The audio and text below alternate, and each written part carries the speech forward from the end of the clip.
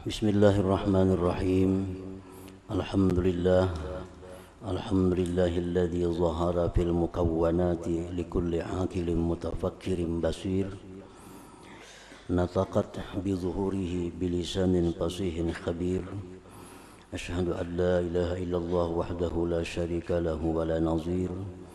Wa ashhadu anna sayyidana Muhammadan abduhu wa rasuluhul munir. Allahumma salli wa sallim wa barik ala sayyidina maulana Muhammadin al-bashirin nadhir wa ala alihi wa sahbihi wa dhurriyyatihi wa atba'ihi ila yaumil asir, amma ba'd. Yang kita hormati, kita cintai para habaib dan alim ulama, para muhibbin, hadirin hadirat rahimakumullah. Alhamdulillah, puji dan syukur kita ucapkan kehadirat Allah Subhanahu wa taala atas limpahan taufik hidayah dan inayah kepada kita sehingga kita kembali bisa bertemu, berkumpul di majelis yang penuh berkah dan rahmatnya ini. Salawat dan salam atas junjungan kita, kekasih Allah, Nabi besar Muhammad sallallahu alaihi wasallam, dan seluruh keluarga, para sahabat, zuriat dan pengikut beliau. Para muhibbin rahimakumullah, al-hikmatul khamisatu wa thalathun ba'dal mi'ah minal hikamil ata'iyyah. Qala al-imam Ahmad ibnu Ata'illah Sakandari rahimahullah wa nafa'ana bi'ulumi wa asrari. Hikmah yang ke-135 dari Al-Hikam. Laula zuhuruhu fil mukawwanat ma waqa'a 'alaiha wujudu ibsar walau zaharat sifatuhu id mahallat mukawwanatuh. Artinya, jikalau tidak nampak Allah Subhanahu wa ta'ala pada alam semesta ini, niscaya tidaklah jatuh atasnya alam ini sesuatu yang bisa dilihat. Andai kata Allah itu tidak nampak pada alam ini, niscaya tidak ada yang bisa dilihat. Artinya niscaya tidak ada yang lainnya. Walau zaharat sifatuhu, jikalau nampak sifat-sifat Allah itu, idmahallat mukawwanatuhu, maka hancurlah, leburlah seluruh alam semesta ini. Nah, para muhibbin rahimakumullah, di dalam hikmah ini yang ke-135 ini ada dua sisi, ada dua perkara. Yang pertama, jikalau Allah itu tidak nampak pada alam semesta, niscaya tidak ada di alam ini yang bisa dilihat. Itu sisi yang pertama. Sisi yang kedua, jikalau nampak sifat-sifat Allah itu, niscaya hancurlah alam semesta ini. Jadi ini ada dua pembahasan. Yang pertama dulu yang kita bahas. Ta'ammal fil mukawwanat allati taraha 'ainak minas sama' wa ma fiha min nujum wa syamsi wa qamar wa ghairiha. Renungkanlah, amatilah pada alam semesta ini, yang mana kau lihat dengan dua mata engkau, langit dan yang ada di langit daripada bintang, matahari, bulan dan lainnya. Nah, itu kita amati, kita cermati, kita renungi langit, bulan, bintang, matahari dan lain-lain. wa fil ardi wa ma fiha min jibali wa asjari wa nabatin wa ma qad batha fiha sairal hayawanat.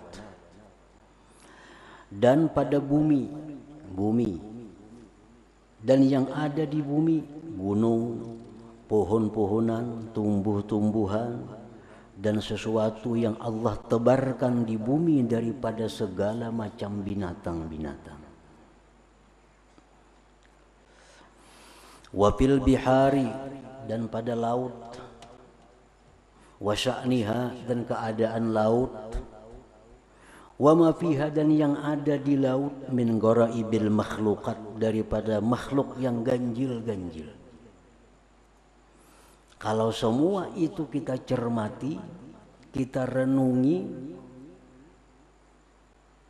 tajidha tuhaddits, niscaya engkau dapati langit, bumi, binatang, gunung, engkau dapati semuanya itu tuhaddisu wa tantiqu bilisanin fasih. Niscaya engkau dapati semua tadi bercerita, bertutur dengan bahasa yang fasih, dengan lisan yang fasih, biwujudillahi ta'ala, dengan adanya Allah subhanahu wa ta'ala,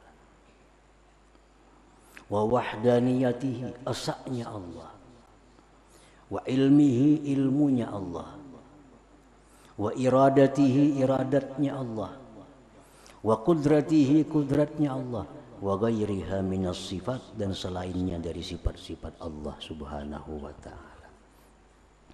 Artinya kalau kita amati sebatang pohon, kita amati, kita cermati, niscaya pohon itu berkata, ujar pohon, Allah itu ada, Allah itu esa, Allah punya sifat ma'ani dan sifat lain.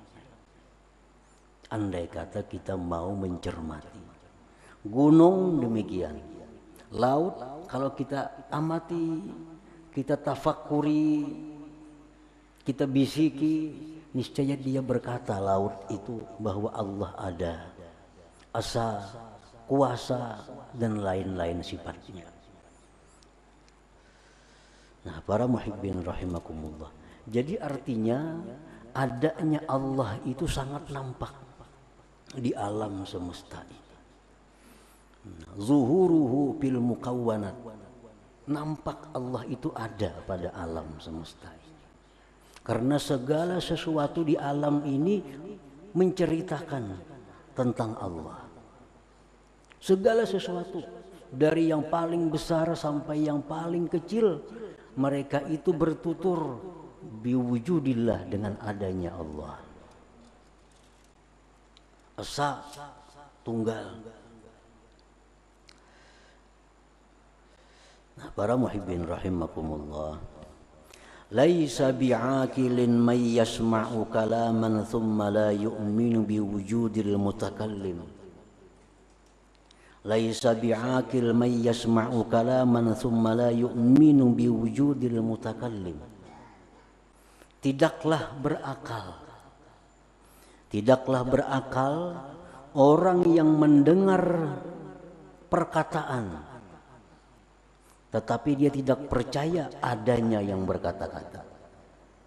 Itu kan kada berakal tuh.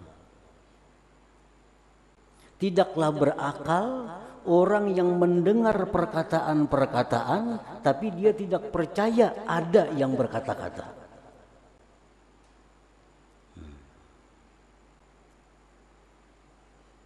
Suaranya mendengar, kata-katanya mendengar, tapi kada percaya ada yang berkata-kata. Itu kada beakal ngarannya. Bila ada yang berkata, bila ada suara, ada perkataan, berarti ada yang berkata-kata. Au yaqra'u kitaban tsumma la yu'minu biwujudil katib. Tidak berakal orang yang membaca surat tapi kada percaya adanya yang menulis surat. Nah, itu kada berakal. Nah, tidak berakal orang yang melihat bumi, langit, pohon, gunung tapi tidak bisa menyaksikan Allah subhanahu wa ta'ala. Tidak berakal orang yang melihat pohon, melihat binatang, tapi tidak bisa menyaksikan nampaknya Allah Subhanahu wa ta'ala. Nah, para muhibbin rahimakumullah. Fazuhuruhu bil mukawwanat jaliyun li'akilim mutafakkir. Maka nampaknya Allah pada alam semesta ini jelas sekali. Nampaknya Allah itu terang benderang bagi orang yang berakal, tapinya yang mau tafakkur. Bagi yang berakal dan yang mau tafakkur.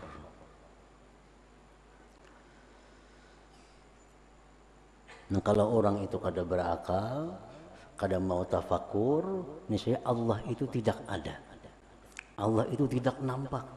Yang nampak hanya gunungnya, yang nampak hanya pohonnya, yang nampak hanya kambingnya, yang nampak hanya langitnya. Allahnya kada kelihatan.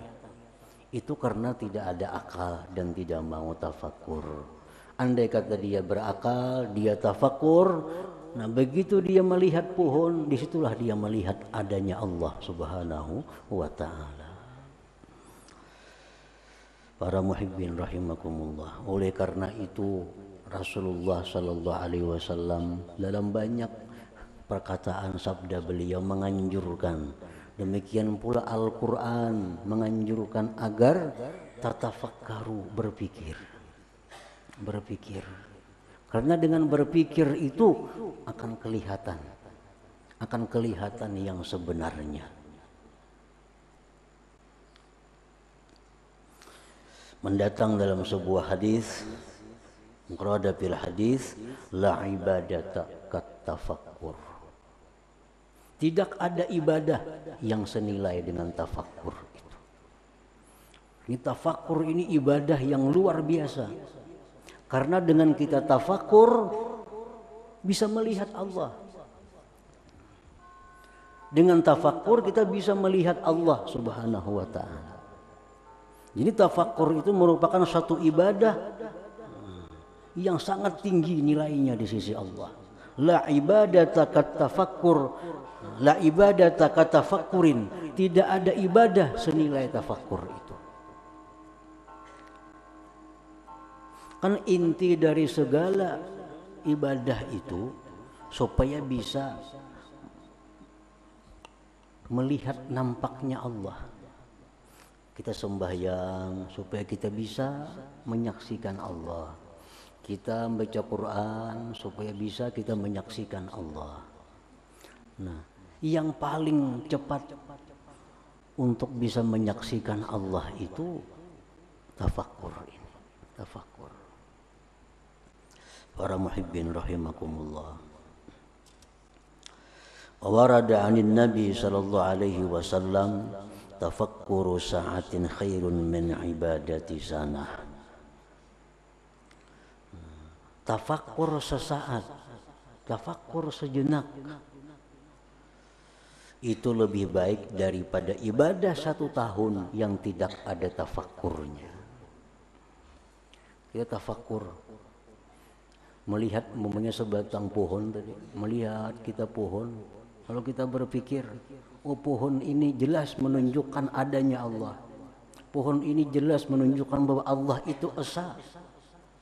Karena kalau Allah itu 2, hilang pohon itu, kada akan wujud. Oh pohon ini menunjukkan bahwa Allah itu berilmu, kuasa, berkehendak.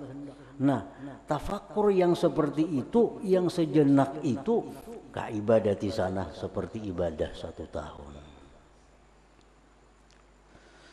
Para muhibbin rahimakumullah. Qila li Ummi Darda ma kana aktsaru sya'ni Abi Darda. Abi Darda salah seorang sahabat besar. Ditanya istri beliau, apakah kebanyakan keadaan Abi Darda itu? Apakah Abi Darda itu banyak baca Quran? Apakah Abi Darda itu banyak salat? Apakah Abi Darda itu banyak ibadah-ibadah lain? Qalat, berkata istrinya Abu Darda, kana aktsaru sya'nihi at-tafakkur. adalah kebanyakan keadaan Abu Darda itu amaliyahnya tafakkur tadi. Duduk merenung. Dengan perenungan itu tersimpul bahwa Allah maha ini, maha itu, maha ini. Itu luar biasa. Walaupun intim, walaupun ringan, tapi nilainya besar tafakkur itu. Nah, kenapa kita sudah terbiasa melihat alam ini hanya alam? Tentu alasannya karena kita kadang mau tafakkur itu. Kita kadang mau tafakkur.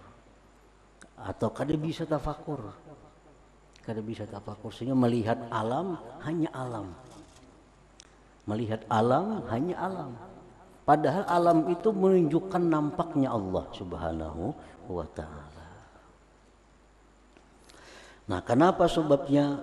Karena kita kada tafakkur tadi. Kalau dilanjutkan, kenapa kita kada tafakkur? Karena penuhnya hati kita dengan pikiran-pikiran lain. Karena hibak sudah, hati kita kada muat lagi dengan pikiran-pikiran yang lain. Para muhibbin rahimakumullah, Allah Subhanahu wa ta'ala berfirman, afala yanzurun ilal ibil kaifa khuliqat wa ilas sama kaifa rufi'at wa ilal jibal kaifa nusibat wa ilal ardi kaifa sutihat. Ini ayat menyuruh kita berpikir, walaupun kada dalam bentuk amar.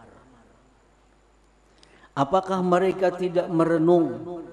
Apakah mereka tidak berpikir, tidak memandang, mengamati kepada unta? Bagaimana unta itu diciptakan Allah Subhanahu wa ta'ala. Ini menunjukkan bahwa kudratnya Allah Subhanahu wa ta'ala.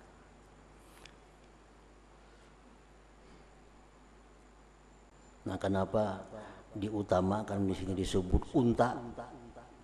Ujar para ahli tafsir, karena orang Arab itu memang kegemarannya itu unta. Kekayaan seseorang dinilai dengan banyaknya berisi unta. Makin banyak berisi unta, makin kaya. Jadi Allah pertama menempatkan unta. Afala yanzurun ilal ibili kaifa khuliqat wa ilas sama kaifa rufi'at. Apakah mereka tidak memandang, memikirkan bagaimana langit itu diangkat oleh Allah tanpa ada tali gantungan, tanpa ada tiang penunggaknya? Wa ilal jibal kaifa nusibat, dan kepada gunung bagaimana gunung itu ditegakkan oleh Allah. Wa ilal ardi kaifa sutihat, dan kepada bumi hendaknya merenung bagaimana bumi itu dihamparkan oleh Allah Subhanahu wa ta'ala. Nah, ini satu contoh bahwa Allah Subhanahu wa ta'ala mengajarkan kepada kita yang ditafakuri itu adalah makhluk Allah. Jangan sekali-kali berpikir tentang Allah. Allah tuh kayak apa? Jangan itu pikirannya. Tafakkaru bi khalqillah wa la tafakkaru billah. Berpikirlah tentang bagaimana Allah menciptakan makhluk. Jangan berpikir bagaimana Allah. Nah, jadi itu bagian yang pertama tadi dari hikmah yang ke-135, bahwasanya jikalau tidak nampak Allah pada alam ini, niscaya tidak ada yang bisa dilihat. Artinya Allah Ta'ala itu sangat nampak, sangat jelas pada alam ini. Tapi bagi orang yang berakal, yang mau berpikir. Nah, bagian yang kedua dari hikmah yang ke-135 ini, walau zaharat sifatuhu id mahallat muqawwanatuh. Jikalau nampak sifat Allah, hancur alam semesta. Nah, itu timbul jawaban. Itu jawaban dari suatu pertanyaan. Fa in qila lima la yulhirillah zatahu aw sifatahu ayana. Kenapa Allah tuh kadang menampakkan zatnya tuh sifatnya terang-terangan? Ya, kalau langsung Allah tuh muncul, juga tidak perlu bertafakur lagi. Langsung zatnya atau sifatnya. Fakullahu, katakan kepada orang yang bertanya itu, lau zahara laka fi dzatihi aw fi syai'in min sifatihi ayana lad mahallat minka kainunatuka wala gibta an wujudik. Jikalau nampak Allah itu atau sifatnya Allah nampak terang-terangan, bisa dilihat dengan mata, niscaya hancur bentuk tubuh engkau dan hilanglah engkau dari adanya engkau itu. Artinya kada mampu kita. Makanya Allah itu nampak. Kayak apa nampaknya Allah? Nah, hancur kita. Kita akan hilang dari adanya kita ini. Para muhibbin rahimakumullah. Ini kembali kepada apa yang pernah terjadi dengan Nabi Musa alaihissalam. Nabi Musa ini punya umat yang luar biasa, hendak minta melihat Allah terang-terangan. Wahai Musa, lan nu'minu lak, kami tidak beriman lawan engkau sehingga kami bertemu Allah Ta'ala. Mana Allah Ta'alanya dulu? Kami nak bertemu, nak melihat kayak apa garang Allah Ta'ala itu. Ini yang mengakibatkan Nabi Musa sallallahu alaihi wasallam minta kepada Allah ayyuriyahu zatahul aliyah. Musa munajat. Dalam munajatnya itu Nabi Musa minta kepada Allah agar memperlihatkan zatnya yang maha tinggi, yang maha suci itu. Faqala ta'ala, Allah menjawab, lantarani, engkau kada akan mampu melihat aku wahai Musa. Lantarani, engkau tidak akan bisa memandang aku. Walakin inzur ilal jabal, coba tengok kepada gunung. Di situ ada gunung yang oleh ahli tafsir disebut Jabal Zabir. Nah, ini gunung yang terbesar, terkukuh di situ. Fa in istaqarra makanah fasawfa tarani. Jikalau gunung itu tetap utuh, begitu aku bertajalli, maka engkau ada harapan bisa melihat aku. Falamma tajalla rabbuhu lil jabal, manakala bertajalli Tuhan bagi gunung itu, yang muncul disebut dalam beberapa hadis hanya cahayanya Allah. Yang muncul hanya cahaya Allah sebesar setengah kelingkingan atas. Ini unmulah ngarannya. Masa garis ini nah, ini satu unmulah. Yang muncul separuh ini nah. Yang muncul dari cahaya Allah. Cahaya belum zatnya. Muncul cahaya Allah kepada gunung Zabir yang paling besar, paling kokoh di situ. Ja'alahu dakka, maka gunung tadi hancur berantakan. Nah, hanya cahayanya yang keluar. Keluarnya ada yang mengatakan seini, ada yang mengatakan selubang jarum. Nah, itu hanya muncul cahayanya Allah, gunung hancur. Ujar para ahli tafsir dalam kitab As-Sawi 'alal Jalalain disebut gunung Zabir itu hancur, pecah menjadi 6 bagian. Pecah jadi 6. Pecah, terbang gunung tadi. 3 bagian di Madinah, 3 bagian di Makkah Mukarramah.